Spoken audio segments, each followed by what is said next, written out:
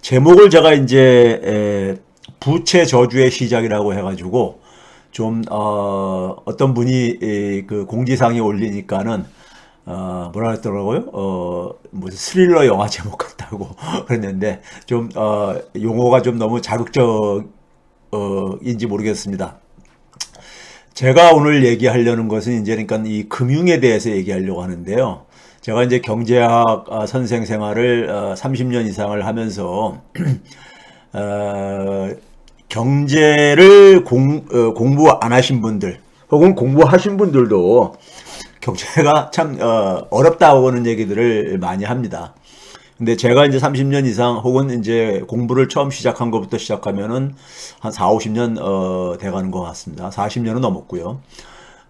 그러니까 하고나 보니까는 경제도 상식 범위 범주 내에 있다. 상식을 벗어나면은 그거는 저는 사기다. 이렇게 그 규정을 하는 사람입니다.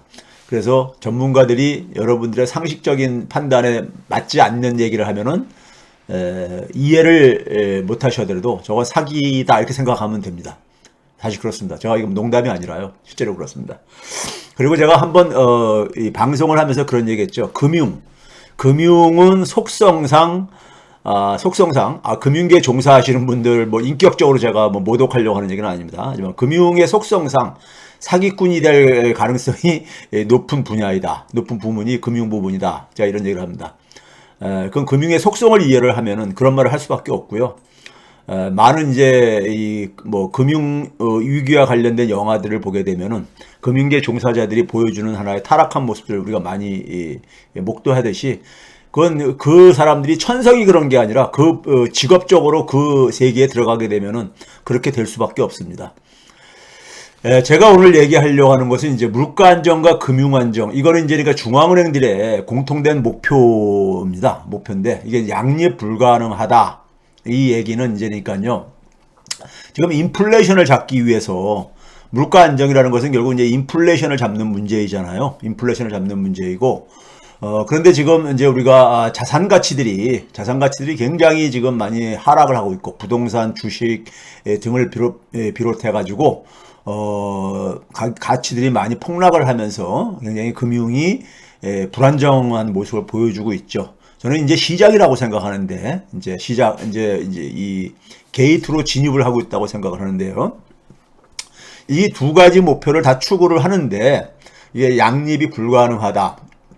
이런 이제 그러니까는 입장을 가지고 오늘 방송을 할까 합니다. 방송을 들으시면서 마찬가지로 뭐 저하고 뭐 그러니까는 입장의 차이를 가지고 있는 분들은 참고 정도로 해주세요. 그거 가지고 너무 민감하게 생각하지 마시고요. 자, 제가 이 방송을 하기 전에요. 먼저 이제 부채라는 말이 나왔잖아요.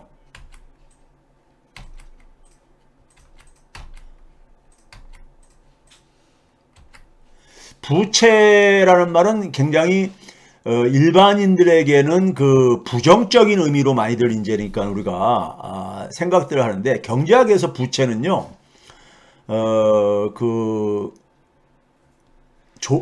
긍정적인 역할을 하는 측면을 많이 이제 우리가 얘기를 합니다. 그러니까 부채라는 것은 저는 이제 부채를 미래소득을 당겨 쓰는 것이다 이렇게 표현을 하는데요.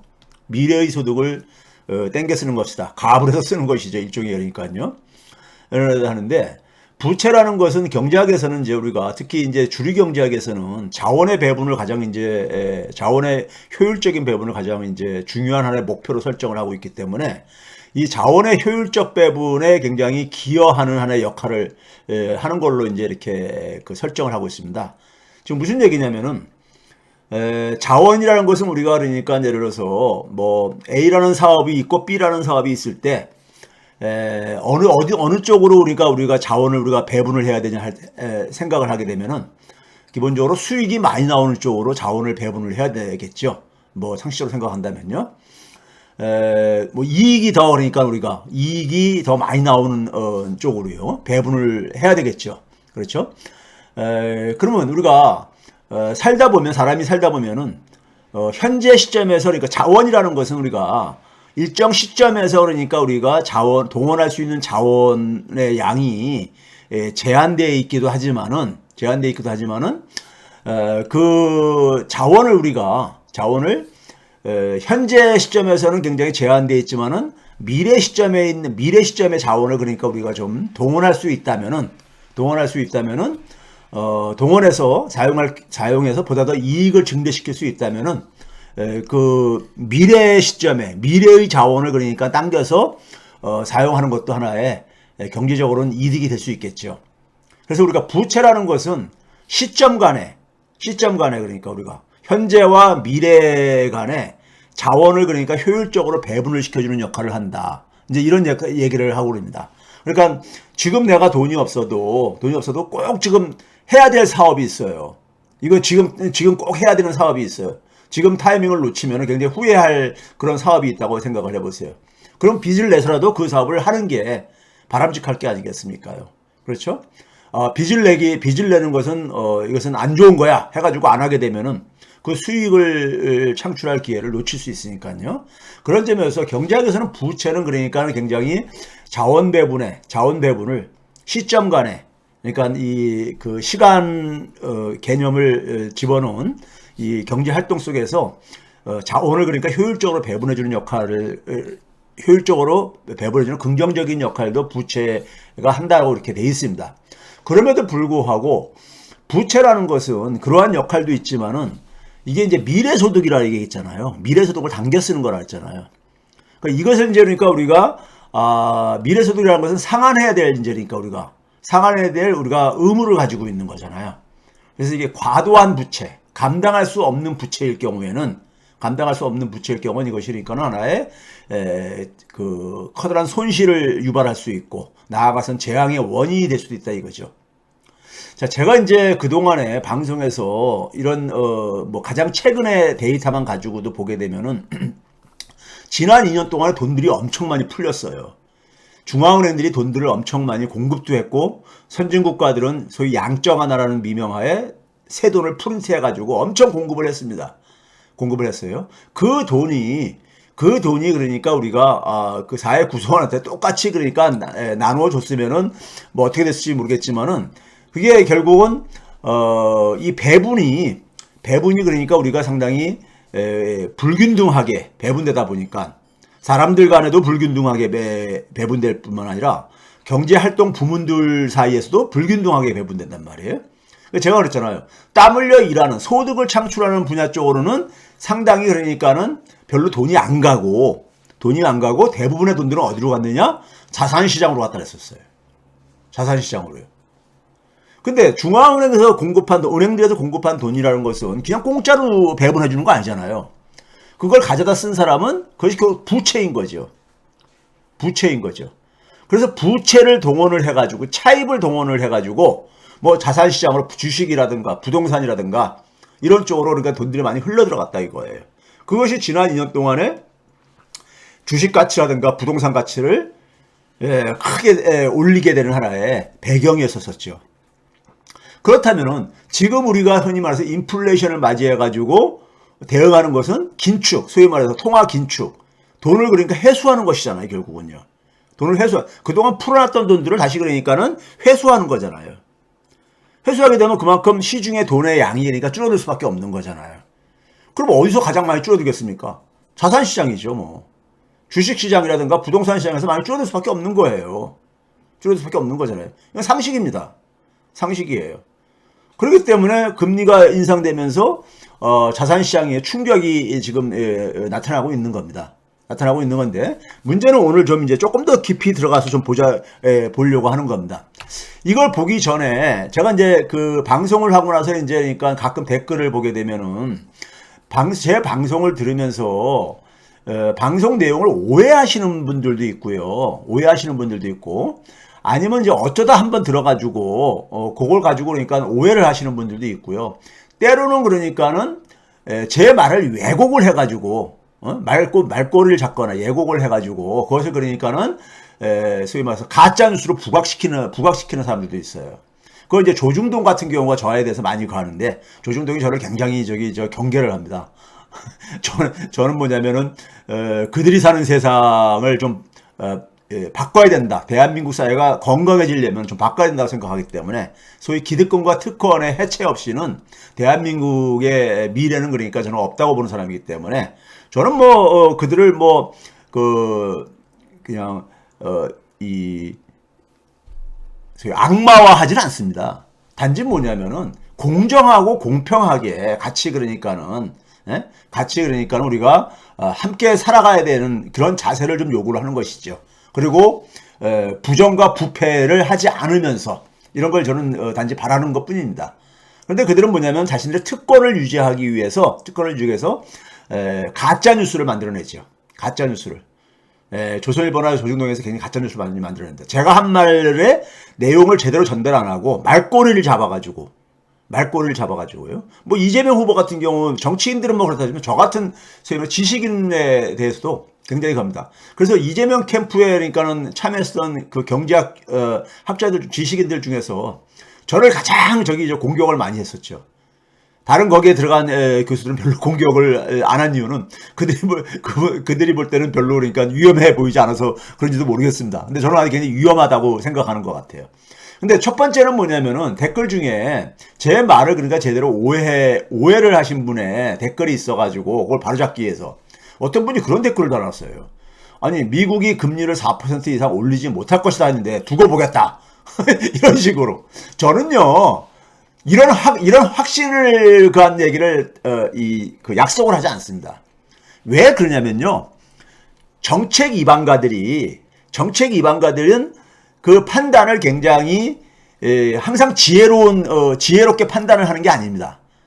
정치적인 그러니까는 이 판단으로 정책을 그러니까 수립하기도 하고요. 그리고 정책을 위반하는 사람들이 그렇게 뭐 제가 이런 얘기하게 되면 너는 이렇게 잘났냐 이렇게 얘기할 수 있지만은 무식한 사람들도 많아요. 무식한 사람도 많습니다. 예? 우리나라 뭐 정책 위반하는 그러니까 역대 그러니까 사실 경제부총리들 중에 무식한 사람들 많습니다. 솔직히 말해서 제가 볼 때는요. 예? 그 사람들이 뭐 사실 제가 볼 때는 저는 대학 선생으로 봤을 때 그러니까는 그분들이 그러니까 뭐 이게 공부를 하고 깊이 있는 경제 지식을 갖고 있는 사람들은 아니잖아요. 솔직히요. 자기가 현장에서 그러니까는 과거에 공부한 걸 가지고 잘못 그러니까 정책을 만들어내는 경우들이 많이 있거든요. 그 다음에 뭐냐면 어떤 이해관계에 기초를 해가지고요.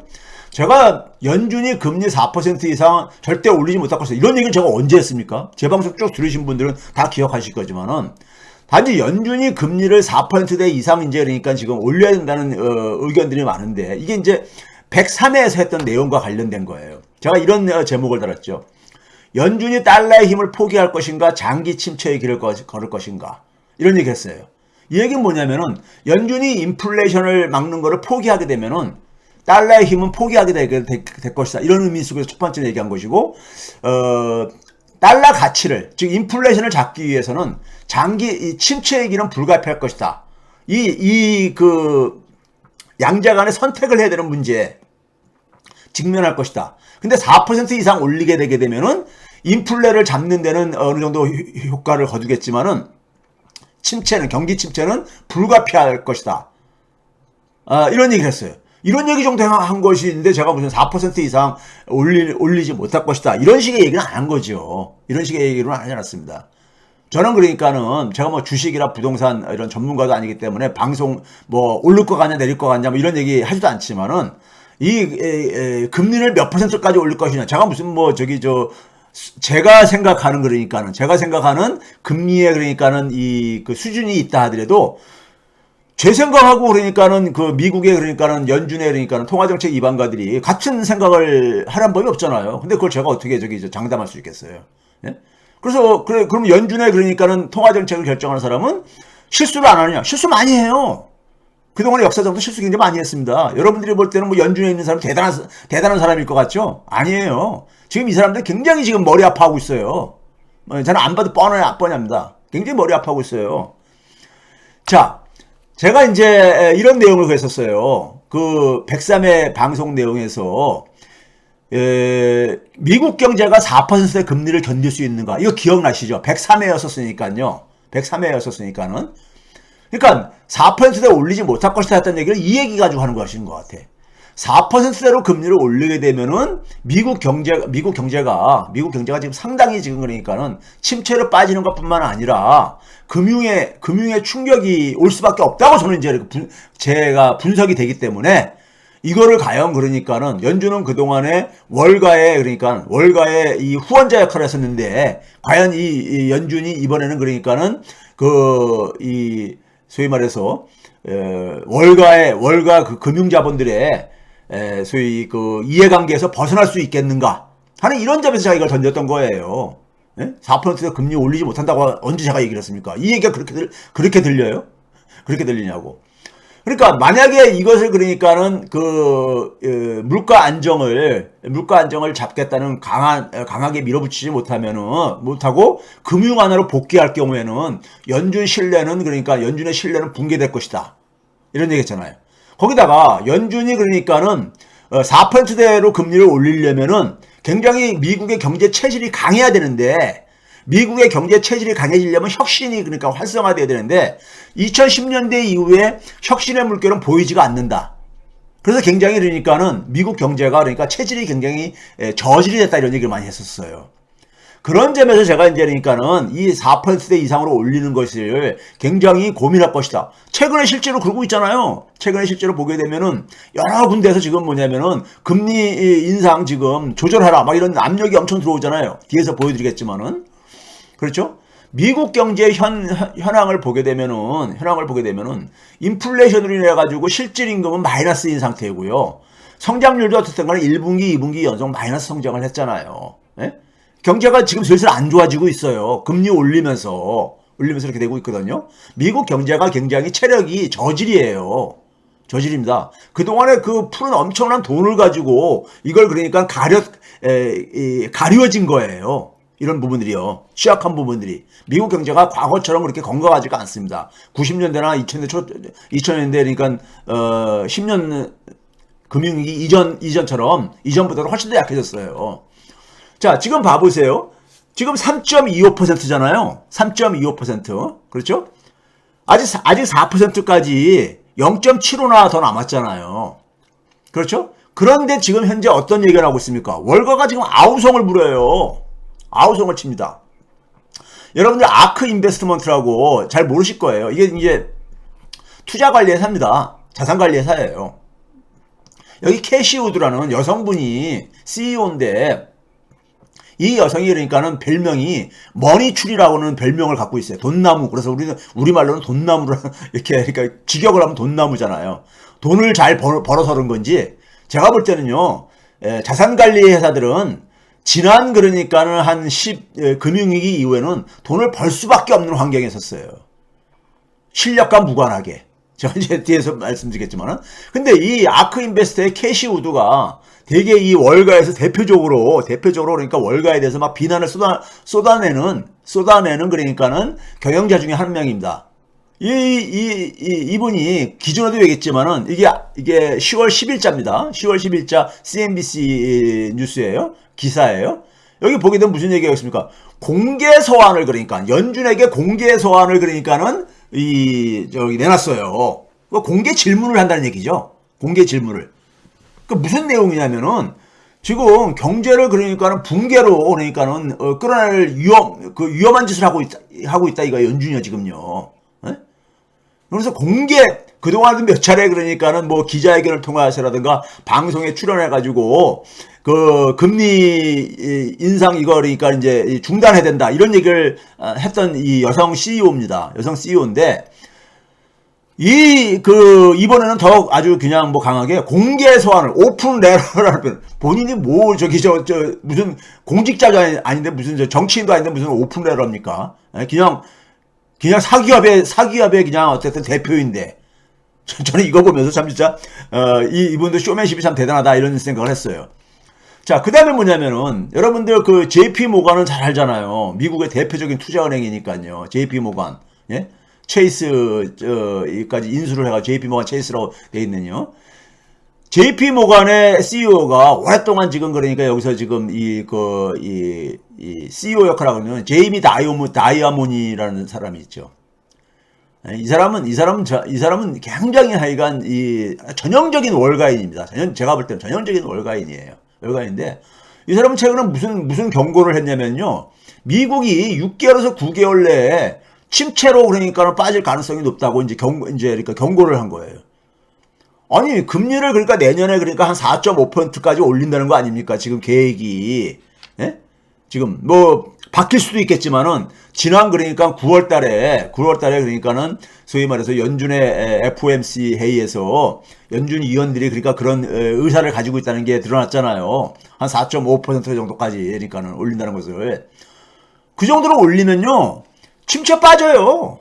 침체 빠져요. 이거 다 알고 있는 얘기야. 근데 뭐 이거 가지고 침체 빠지는데 단지 지금 뭐냐면 인플레이션을 잡으면서 물가 안정을 하면서 침체를 그러니까 안 빠지게 할 수 있는 방법이 있으면은 그 방법을 가죠.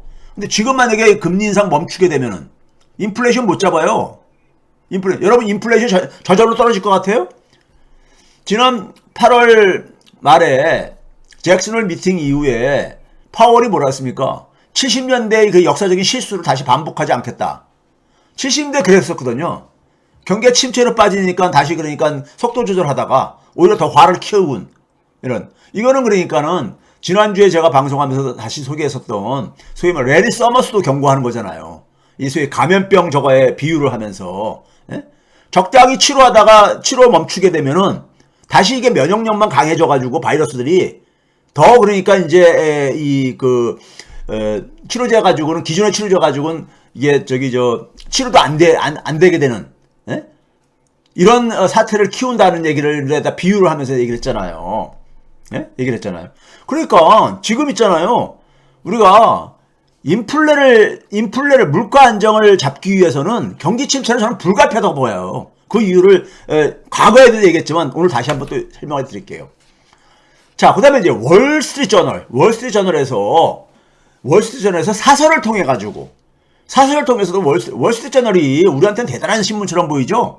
아니에요. 이것도 우리나라 그러니까 무슨 한국경제신문이나 매일경제신문과 비슷하처럼 그것보다는 급이 좀 높지만은 질이 좀 높지만은 월스트리트저널도요. 되게 누구의 이익을 대변하겠습니까? 월가 자본들의 이익을 많이 그러니까 이 목소리를 대변을 해요. 이 사설에서 최근에 뭐라고 얘기했냐면은 이랬잖아요. 연준이 그러니까 금리를 너무 빠르게 그러니까 올리지 말아야 된다. 이런 얘기를 했어요. 왜 그러냐면은 이게 지금 뭐냐면은 오버슈팅 하고 있는 것 같다 이거야. 너무 그러니까는 지금 속도가 빨라가지고 소위 말해서 이 정상적인 경로를 벗어나고 있다 이거예요. 그러니까요. 그래서 침체를 그러니까 야기할 가능성이 있다 이거예요. 근데 연준의 위원들이라든가 바이든 행정부는 경기 침체 이런 표현을 씁니다. 바이든이 오늘도 그런 얘기했었어요. 표현을 썼어요. 침체가 오더라도 아주 굉장히 낮은 침체가 그러니까 이 옅은 침체가 올 거다 이런 얘기했어요. 침체 자체를 부정 안 해요. 물가 안정을 잡기 위해서는 침체가 불가피하다는 건 다들 알고 있어요. 솔직히 말해서요. 물가 안정 포기하면은 이 침체는 안 올 것 같아요? 저는 그렇게 생각 안 합니다. 지금 물가 안정을 지금 그러니까 잡는 게 가장 중요하다고 생각하기 때문에 지금 하는 것 뿐인 거예요. 그러니까 물가 안정도 잡으면서 침체도 피할 수 있으면은 그런 정책이 있으면은 당연히 그걸 선택을 해야 되죠. 그다음에 이제 이 월스트리트저널에서 그래가지고 이것도 그러니까 이제 사설을 통해서 이렇게 간 거예요. 그래서 불필요하게 침체로 빠뜨리게 하는 것을 우려하는 경제학자들이 있다 이거. 당연히 있겠죠. 당연히 있죠. 근데 여기에 대해서 이거 봐보세요. 이게 무슨 자료냐면요. 아크에 얘기했던 아크 인베스트먼트 자산관리회사요. 캐시 우드라는 여성이 그러니까 CEO를 하고 있는 그 회사의 올해 그러니까는 그 주가입니다. 여기가 주로 뭐냐면 ETF 이런 그러니까는 그 주가 지수와 연계된 이런 쪽으로 투자를 많이를 해요. 수백억 달러 자산을 운용을 하고 그러는데 근데 여기 한번 봐보세요. 오랫동안에 그러니까 한 9개월 지난 거 아니에요. 9개월 동안에 주가가 63% 이상이나 떨어졌어요. 그러니까 죽을 맛이지. 주가가 한 63% 이상이나 떨어졌으니까는, 예? 그만큼 뭐 실적을 제대로 못 내니까는 떨어지는 거예요. 실적을 제대로.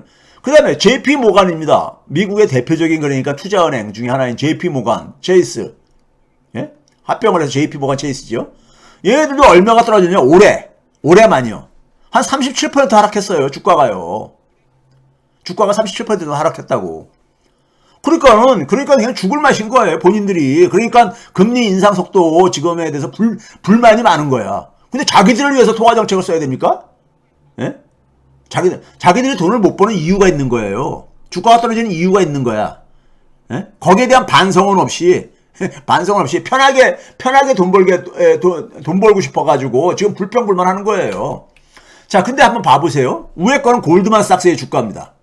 골드만삭스도 JP모건과 더불어서 그러니까 미국을 대표하는 대표적인 투자은행이잖아요. 골드만삭스는 올해 들어와가지고 그러니까는 주가가 얼마 빠졌느냐? 한 25.6% 정도 빠졌어요. 아까 JP모건은 얼마예요? 거의 37% 빠졌고요. 37%. 그러니까 골드만삭스가 훨씬 더 상대적으로 선방을 한 거예요. 근데 골드만삭스의 주가 하락은 미국의 그러니까 이 대표적인 기업, 500대 대기업을 구성하고 있는 이 주가 지수가 S&P 500 지수잖아요. S&P 500 지수를 보게 되면은 25% 정도 하락했어요. 골드만삭스도 비슷하잖아요. 그러니까 평균적인 그러니까 하락을 한 골드만삭스는 조용히 입 닫고 있는 거예요. 네? 조용히. 근데 상대적으로 그러니까 주가가 많이 떨어진 JP 모간이라든가 아크 인베스트먼트 같은 경우는 불평불만을 하는데 자기들이 제대로 사업을 못 해가지고 그렇게 된 걸 가지고 왜 통화 정책에다가 불평불만 자기들을 위해서 통화 정책을 써야 되냐고요. 월가를 위해서. 예? 이런 게 있는 겁니다. 그 다음에 이제 심지어 뭐냐면은 이제 EU에 이 사람이 이제 스페인 출신의 이제 EU에 이제 그러니까는 그 안보 분야에 그러니까는 고위직 사람인데 조셉 보렐이라는 사람이요. 이 사람도 그러니까는 한마디 거들었더라고요. 이 사람은 그러니까는 경제 전문가도 아닌데, 예? 이 연준이 그러니까 주도하는 그러니까 금리 인상이 세계 경기 침체를 그러니까는 리스크를 그러니까 가고 있다 이거예요. 이거 얘기하려면요, 저는 이 얘기하면서 본인이 세계 경기 침체를 걱정을 했으면요, 우크라이나 전쟁이 그러니까는 이렇게 오래 지속되지 않도록 어떤 노력을 했어야 되는 거예요. 유럽이. 제가 과거 방송에서 그런 얘기 했잖아요. 유럽이 나서서 그러니까 우크라이나 전쟁을 종식을 시켜야 된다. 에? 이런 얘기 했어요. 우크라이나 전쟁 그러니까 조기에 종식이 됐으면 전쟁까지 발발이 안 됐으면은 인플레이션 사태 이렇게 오래 전개 안 됐잖아요. 에? 전개 안 됐습니다. 그렇죠? 그럼 금리 인상 이런 것도 없었을 것이고요. 제가 이번에 인플레이션은 정치 실패의 결과라고 제가 얘기를 했잖아요. 정치 실패의 결과다. 예? 이런 얘기를 했잖아요. 그래서 새로운 처음형 인플레이션이다. 이런 얘기를 했잖아요. 예? 그런 점에서 본인이 그러니까 EU의 유럽연합에 그러니까는 외교와 안보를 담당하는 이런 이제 고위 대표예요. 유럽연합에.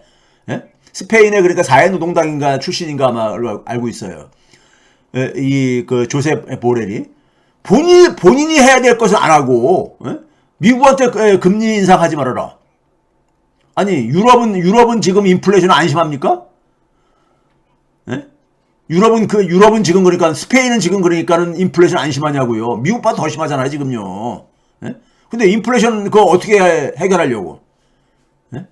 이 하나만 한 얘기를 이렇게 가고 있어요. 세계 경기 침체를, 내놓으면, 세계 경기 침체 걱정을 했으면요, 이 우크라이나 전쟁을 그러니까 막았어야 되는 거야. 유럽연합이. 유럽연합은 그런 힘을 갖고 있잖아요.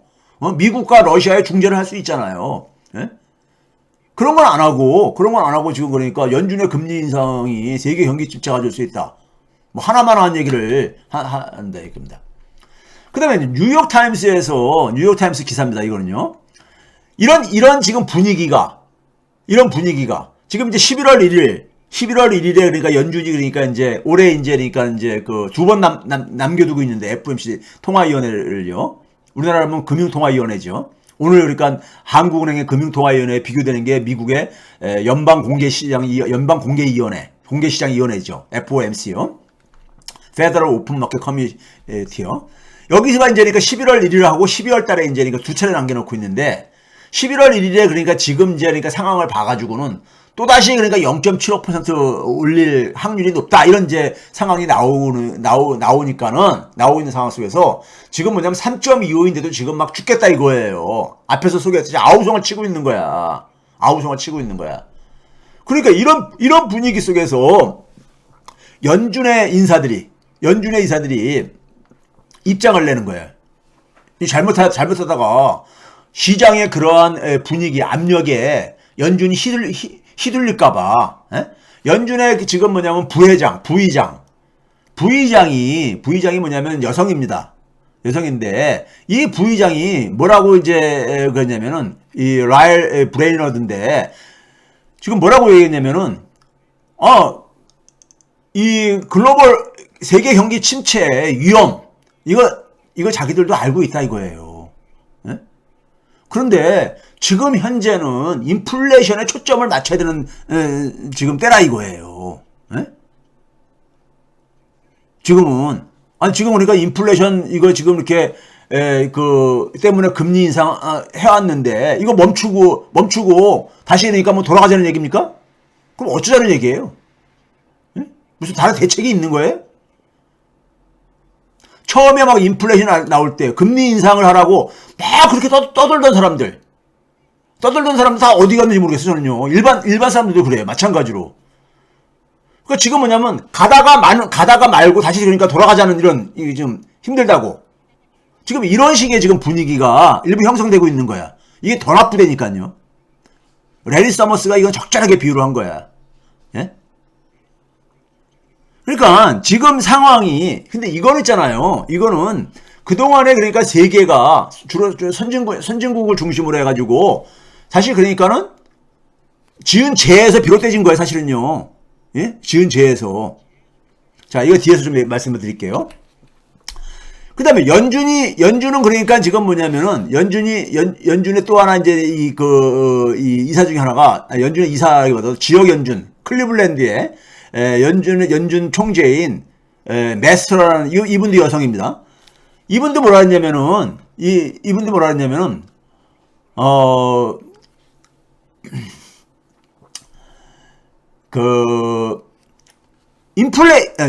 금리가 지금 뭐냐면은 여기서 지금 우리가 중단해서 안 된다 이거예요.